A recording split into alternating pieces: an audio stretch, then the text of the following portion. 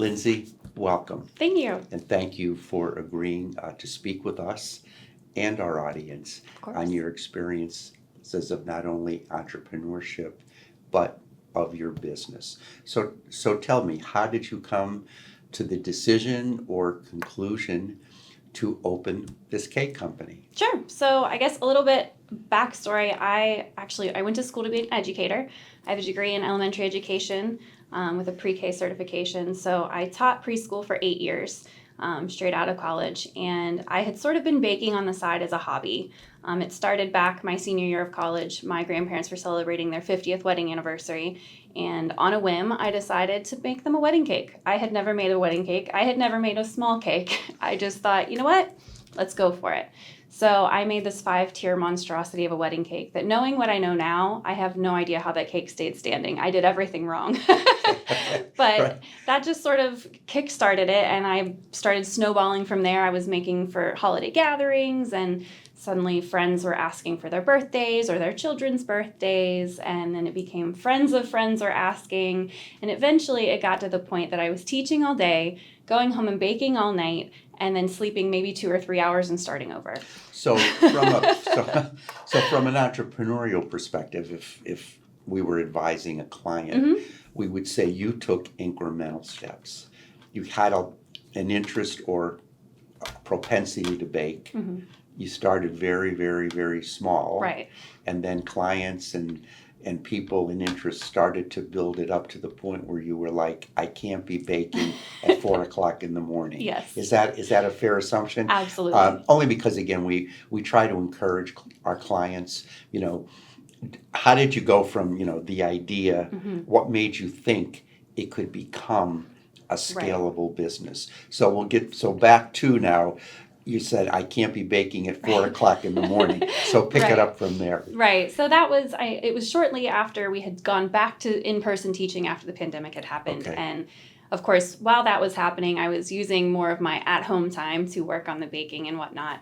And we ended up going to a Christmas festival in our town, Canonsburg. We do a major Christmas festival every year. And someone approached me about getting a storefront, which was something I hadn't thought about. I was just happy doing it on the side. I had my home kitchen certified, so I was doing everthing. Oh, so you did certified? Yes. Because usually if you're getting to the point where you're starting to sell externally, and I think our audience today, for those especially interested in the food and beverage business, have to realize that beyond just making it for Aunt Susie and Grandma, your kitchen has to be certified by the Department of Health. Yes. Correct. Yeah. Yes. So in Washington County, it may be different in Allegheny, but we are actually through Department of Ag. Oh, you're Department of Ag. Oh, Yeah. so in Allegheny County, it would be Department of Health. Okay. So in Washington County, it is the Department of Agriculture. Yeah. Thank you for that. Absolutely. So like you said, I started doing it for folks that I didn't necessarily know. And that was when I was starting to cross that line of like, we need to be certified. We need to do this the right way. I didn't want to get anyone sick or get in trouble. We had to follow the rules at that point. Yes, of course. Yeah. Yeah. So like I said, we set up at the Christmas festival. Someone approached us about maybe looking into a storefront. And that evening, we had a landlord showing us a space. And we ended up looking at a few other spaces and landed on one right in the heart of downtown Canonsburg. Our location couldn't be more ideal. Nice. So, okay. So how did you go through when you began to look at space, did you think about things like the financial considerations, the staffing considerations, the talent considerations? Can you talk a little bit about that decision-making process? I definitely think that there were some things that I perhaps weren't or wasn't fully thinking through, like some of those. The space was the big one. We had a few different options space-wise, and we went with one that was sort of middle of the ground as far as square footage, mostly because I was concerned about the price point and making sure financially everything was going to work. But now that we've been in there for a while, we are like pressed to the gills in there. It is so tight. I would love to have chosen one of the larger spaces at the time, but it was just something that I was worried was not going to be financially safe at the time. And Canonsburg has been really blooming, so there's almost no storefronts left down there now. So if I wanted to expand to something, it would have to be sort of like an off-site that then we were able to still tie into our main business, because I would not want to leave that location. But yeah, we were starting to think about, the layout. I had drawn up this giant blueprint of the floor plan and where I was going to place all the ovens and the sinks and everything. And it all looked perfect on paper. But once we got in there and really realized, well, there's all this other storage room and equipment space that we needed that I had not realized at the time, that that's where we're at the point now that it's just busting at the seams in the kitchen. So at what point in that process did you engage the Small Business Development Center? Sure. So actually, I didn't get in with the Small Business Development Center until much later on in the process. And that's on me, I guess. I didn't really realize what benefits were out there to me and what help I could get. I do wish that had I known at the time, it would have been such a vital. So if I may, not to necessarily interrupt you, but the old adage goes, in hindsight. Yes. What would you say in hindsight? What would you have seen the SBDC being able to have done or assisted you with? Yeah, so I know that there would have been so many questions and things that I could have found answers to, and help with like my business plan and setting up the business itself. I'm not an entrepreneur. I'm not trained in business. I didn't go to business school. So all of those things that I just sort of had to learn on the fly, those are the things that I wish I would have been able to, or not been able to, but wish that I would have had the foresight to actually reach out and get assistance. So not to put words in your mouth, but based on what you've just said, so things like really help with the business plan, the cash flow projections, can I afford this place? Right. How am I projecting revenue? How did I negotiate the lease? Because we do a lot of, we do help the clients with lease negotiations. Yes. Would you say kind of those are just a few, but would say all of that would have been probably extremely helpful. Well, thank you for that. Yeah. Because we do all of that. Yeah. And like I said, I wish that I had realized that at the time, because it would have been incredibly helpful. Good. So when did you engage? Yeah. And what were when did you engage? And what was your thinking or rationale at that time to engage? Sure. So earlier, the beginning of this year, actually, I was approached by a family friend who was also running another business, and she had a very successful business and was looking to. It was related to the bakery industry. She was doing a slightly different idea, but something that we didn't offer. And she had approached me. She was looking to get out of the business. She had another plan that she was going to pursue in life, and she wanted to sell her business. And she came to me to see if I would be interested in it. I absolutely was, but I was at that point where I said, I don't know anything about buying a business. I don't know if I'm at a point where I can buy a business. So that was when I reached out and said, hey, I need some assistance. I need some guidance, someone to help me walk this through if this is even possible. And so I worked with Sarah here, and she has been amazing. She is. Thank you very much. Yeah. Thank you. So she helped me, kind of guide through. She talked with me, talked with the other business owner as well to sort of figure out what was actually viable and feasible for me to do at that time. And so, well, Sarah has a she's very experienced in the food and beverage business. So typically when we assign a client, I kind of look at what the client's particular needs are, and then we look at the consultants, in terms of their experiences, their bench strength, and that's how we do. It can't always be, but our consultants can work with anyone. Right. But if there is a particular industry, and I know the particular consultant has that type of a background, that we do that. So I'm glad you said that. I'll make sure I pass that on to Sarah. So what were the things a little more specifically that she did or worked you through? Yeah, the biggest thing was trying to sort out a valuation for the business we were looking to purchase. Absolutely. Right. That was huge. And she helped not only me, but the other business owner as well, because she didn't know how to evaluate her business either. So we sort of both worked together on trying to figure out what was an actual reasonable price point for purchasing that business. So that was the biggest thing by far. Many people come in, and either if it's a buyer, I'll say, well, there's a process that we typically will want you to go through with the seller. These are the things that you should ask the seller. If the seller is reluctant in any of these areas, then that would be kind of a red light as right. to what's going on. Conversely, if we get clients come in that are sellers, I'll ask them, what do you think your business is worth? And sometimes they just have this arbitrary number in mind. and I would probably have known before they came in, knowing the business, what I think it would be worth. So then we very professionally say to them, you should have at least an evaluation, not necessarily a certified. We do not do certified business evaluations. They're just basically a range that we say either to the buyer that's purchasing or to the seller that's selling. Here's what we believe, based on industry standards, formulas that have been used out there, what we believe the value is, or a range. We don't give a number. Sure. We say here's a low end and a high end. Now, if you go over or under that, we're not your boss. We're just kind of giving you a guideline. So I kind of know how Sarah works through, so I'm sure she did something like that with you. Absolutely.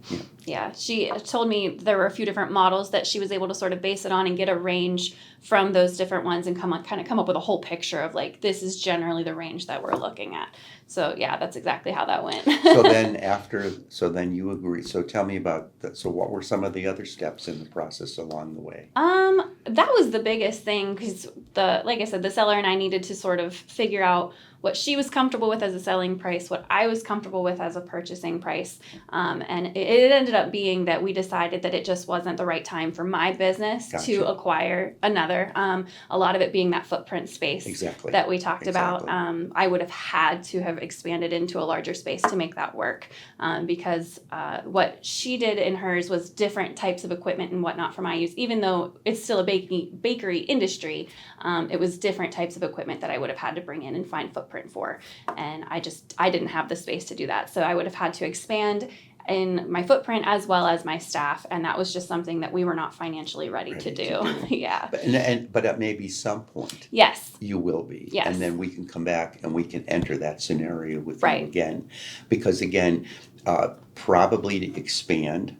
And assuming that the business is going forward as well as I've understood it to be through Sarah, you would get to a point where even if you had to borrow, even if you had to, because you probably would, but then you're at a point where the business is seasoned, you're incrementally growing revenue, you're building equity, and at that point, then we can assist you with what we call a small business administration loan, working capital, a line of credit. If the stars align, we can help you determine if the stars are aligned, or maybe they're not aligned yet, and maybe we go back in 4 months, 5 months, and look at it again.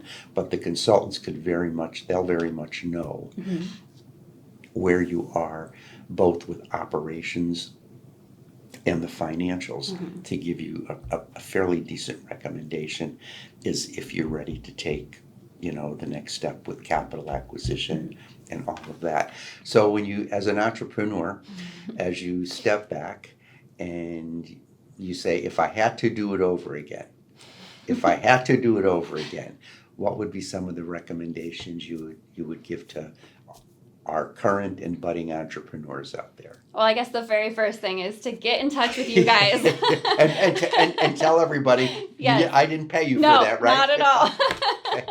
If I had a partner like someone like the SBDC that when I was starting could guide me through everything that I was doing. Like I said, I didn't go to business school. I didn't know what I was doing. I just like to bake.